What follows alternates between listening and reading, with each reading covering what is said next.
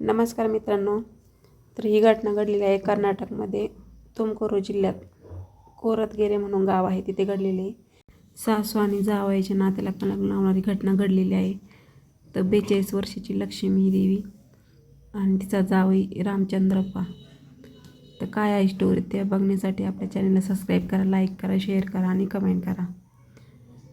तर 42 वर्षीय लक्ष्मी देवी हिची निर्दयपणे हत्या केलेली आहे.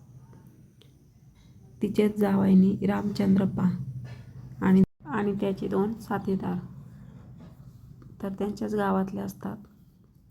तर 7 ऑगस्ट रोजी सकाळी कोल्याला गावाजवळ काही लोक रस्त्यावरून चालले होते.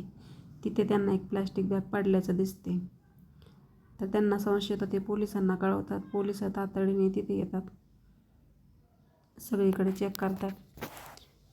तर तिथे महिलेचे जे शिर दिसते त्यावरून महिलेची ओळख पडते की ती लक्ष्मी देवी आहे म्हणून.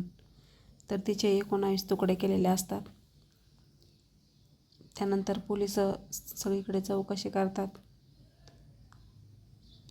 पोलीस अधीक्षक अशोक केवी ही त्यांची एक टीम बोलवतात आणि सगळ्यांना अटक करतात. डॉक्टर जावई राजचंद्रप्पा यस, त्याचे 2 साथीदार सतीश केयन आणि किरण के यांना अरेस्ट केल्यानंतर त्यांची चौकशी करतात आणि ते तिथलेच राहतात, तुमकुरू गावचे. तर तेव्हा ते सांगतात की सासूचे चारित्र्यावर त्यांना संशय असतो. तर त्यांच्या प्रतिष्ठेला धक्का पोचवेल म्हणून ते असे कृत्य करतात. तर बघू शकता आजच्या स्टोरीमध्ये तुम्हाला काय वाटतं, कमेंट करून सांगा.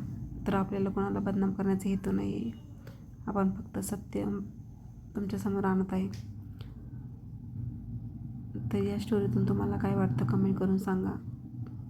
सबस्क्राईब केलं नसेल तर करून घ्या. भेटूया नेक्स्ट व्हिडिओमध्ये.